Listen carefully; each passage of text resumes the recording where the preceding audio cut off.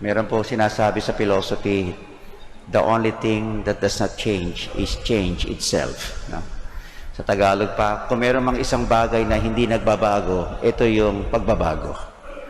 At alam niyo naman, pag pinag-uusapan ng pagbabago, nagdadala ito ng pangamba at takot. Kaya madalas minsan nasasabi natin sa isang tao, sana huwag kang magbago. Di ba? Parang ang sakit nun, ano? Sabihan mo isang tao na huwag ka sanang magbago. Alam mo naman, magbabago yan. No? At ang dapat inaasahan natin ay dapat sabihin natin salitang, sana magbago ka namang mabuti. Yun. Hindi yung sana huwag ka magbago kasi talagang expect, magbabago talaga yan. Sa buhay natin, dahil nga meron tayong tendency na manatili ang isang bagay na ganun na lang kasi una, kung may kinasanayan tayo sa ganitong bagay, may kinasanayan tayo na akala natin ito na yung pinakamahalaga. Alam niyo po, bago nag-pandemic, may mga tao, ang kanilang mga pinahahalagaan sa buhay ay yung mga nakatuon lang sa mga bagay na material, mga kayamanan, kapangyarihan, yung mga iba't ibang mga bagay na pang-enjoyment lang, di ba? Pang-enjoyment, sabihin na natin, ano? Kahit na alam natin itong pang-enjoyment na to ay hindi naman talaga nagdudulot ng kabutihan sa atin at hindi rin nakakadulot ng kabutihan sa ibang tao. Pero parang tinatawag natin dito sa English pa instant gratification. Bakit? Gusto natin mag-gratify yung sarili natin. At hanggat maaari, gusto natin na manatili lang yan. Yan lang yan. Bakit? Nag-i-enjoy naman tayo Pero dumating yung pandemic, ano po nangyari sa atin? Nabulaga lahat. Nung nabulaga tayo, yung akala natin na mahalaga, hindi pala talaga ganun kahalaga yun. Bakit? Meron tayong isang bagay na na-realize nung nagkaroon ng pandemic at tayo ay na-lockdown. Ano po ito? Kalahagahan ng buhay. The value of life. Ano pa? The value of relationship, kahalagahan ng relasyon sa pamilya. Ano pa? Kalusugan. Ano pa? Higit sa lahat, pananampalataya sa Diyos. Kung ilan sa inyo ang nakadanas ng malaking epekto nitong pandemic, tulad ng nawalan ng pamilya o ng mahal sa buhay, tulad ng mga iba pang mga pangyayari na talagang nakagulat at hanggang ngayon ay marahil may mga ilan pa ay dinadala itong epekto ng pandemic na to. May mga ilan ay hindi pa nakaka-recover. Pero hindi nyo ba napansin? Kung tayo man o kung kayo man ay nakalagpas, sabihin na natin na hindi kayo talaga nakaramdam ng matinding epekto na ito, salamat sa Diyos. Pero marahil sa ilan na hindi, salamat pa rin, siguro sa ibang pamamaraan. Lahat po tayo nakaranas. Sabi ko nga ako pare ako, nasa field ako ng counseling, nasa field ako ng psychology, nasa field ako ng... Pero sabi ko, ako mismo nakaranas ng anxiety. Bakit? Dahil wala palang exempted. Pag kami nangyari sa buhay, lalo na itong pangyayaring ito ay hindi mo inaasahan at may malaking epekto sa iyo. At tumitingin tayo sa sarili natin. At the more we look at ourselves, the more we are preoccupied with ourselves, the more we realize that we are helpless. Ito yung isang bagay. Kaya nga yung manang binanggit ng Panginoon dito, yung mga nakakatakot ng mga pangyayari, external to Di ba? Mangyayari po ba yan o hindi? Hindi natin alam kung kailan.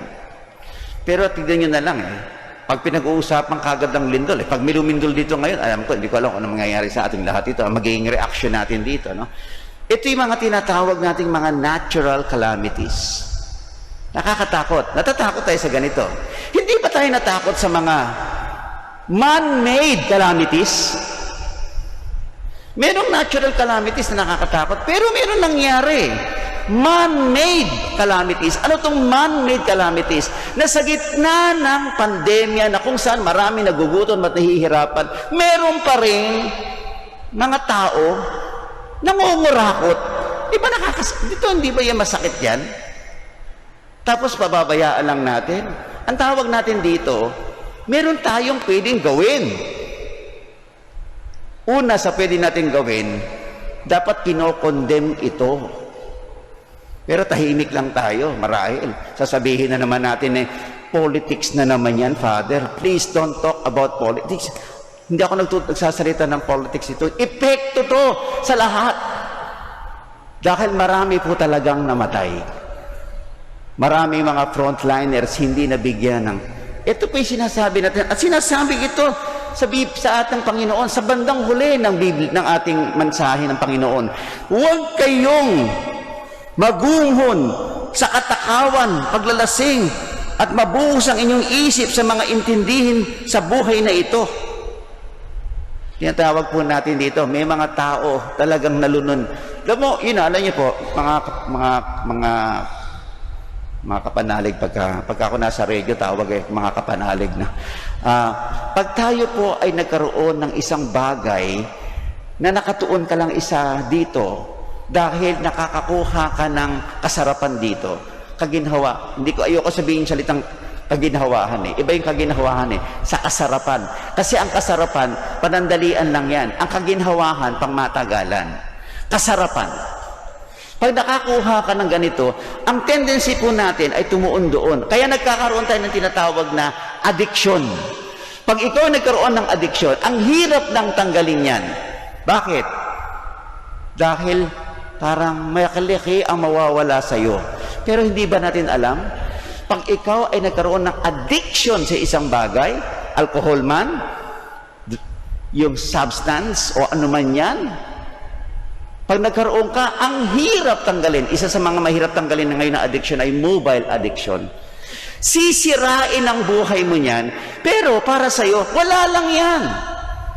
Makikita mo yung epekto niyan, hindi lang sa'yo, sa pamilya mo at sa marami, pero marahil hindi mo papansinin. Bakit?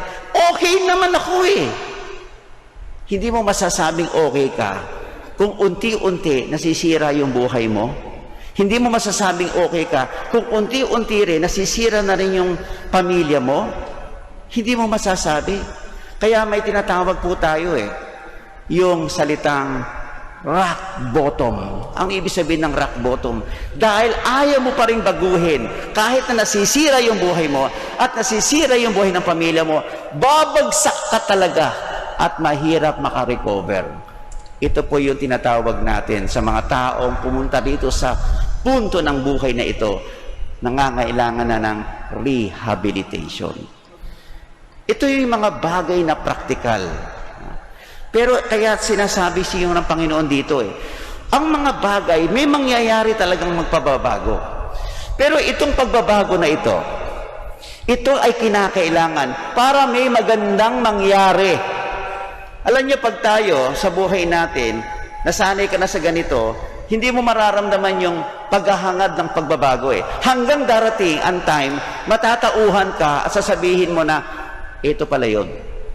Kaya yung panahon po ng Adbyento, panahon ng Adbyento ay paanyaya para sa ating lahat na kailangan siguro ngayon, buksan natin ang isipan natin, buksan natin ang puso natin, damdamin natin, kalooban natin. Ano ba yung mga nangyayari sa buhay ko? Ano ba yung mga nangyayari sa buhay ng pamilya ko? Ano ba ang mga nangyayari sa kapaligiran natin? Kaya nga sinasabi sa atin ng Panginoon may mga mangyayari. Nakakatakot nga lang yung unang parte ng sinabi niya. Pero may mga mangyayari. Kung nangyari itong pandemic na to, ano nangyari sa itong pandemic, itong pangyayari na to, talagang buong mundo ay nagulat, nabulagta. May mga ilan nakaka-recover. Ngayon, hindi pa rin. Ito, may bagong variant ngayon sa South Africa. Bago na namang bantayan. Ngayon, medyo nag-relax na tayo ng konti. Tapos meron na naman takot. Di ba? Nakita nyo, hindi natin alam hanggang kailan ito. Pero, kung lagi tayo umaasa na sana bumalik tayo sa dati, huwag na po tayong umasa. Bakit? meron tayong tinatawag na ngayon na salita, new normal. At hanggang ngayon, itong new normal na to, hindi pa alam ko ano talaga ito. Dinidefine pa natin ito. We are still defining what is this new normal really mean. Because brothers and sisters, whether you like it or not, gusto nyo man, ayaw nyo man o gusto, hindi ka na pwedeng bumalik sa dati. Dahil ang buhay ay moving forward. Moving forward. Kaya kung ilan man sa atin ay hindi maka-move forward, marahil dahil meron ka pa rin pinanghahawakan na ayaw mong bitawan. Hanggat ayaw mong bumitaw sa dapat mong bitawan, hindi magbabago ang buhay. Hindi gaganda. Hindi ka mapapayapa. Hindi ka magiging masaya. Bakit? It's time to let go. Dagdagan natin. It's time to let God. Ito na yung panahon. Kaya ang panahon ng Adbyento, paanyaya sa atin yan eh. Ano yung dapat mong i-let go? Para pag ang Diyos ay dumating, sasabihin mo, let God. Because you can never let God unless you know how to let go. Kaya ito po, paanyaya para sa atin, magbalik, ito yung salita eh, pagbabalik loob sa Panginoon. Kaya ngayong Adbyento, talagang pagbabalik loob yan sa Panginoon. Ngayon, busy na naman mga tao. Nakatuon kasi tayo sa mga bagay na panlabas eh. The more we are focused on the externals, the more we get stressed.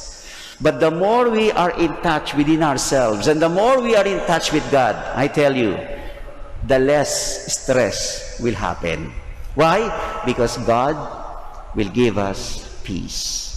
Ang Diyos ang magbibigay sa atin ng tunay na kapayapaan at kasiyahan na hinahangad natin. At ito rin ang sinasabi niya, pag ito ang nangyaring ito, naway maging handa kayo dahil Diyos mismo ang maghahari sa buhay mo, sa buhay natin.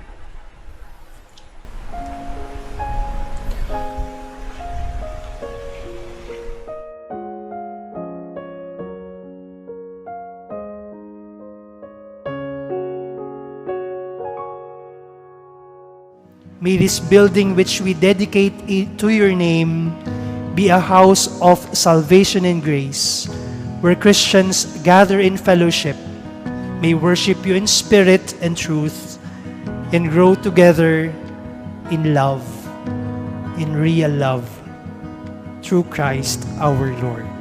Amen. Maraming salamat po at magandang gabi sa inyo.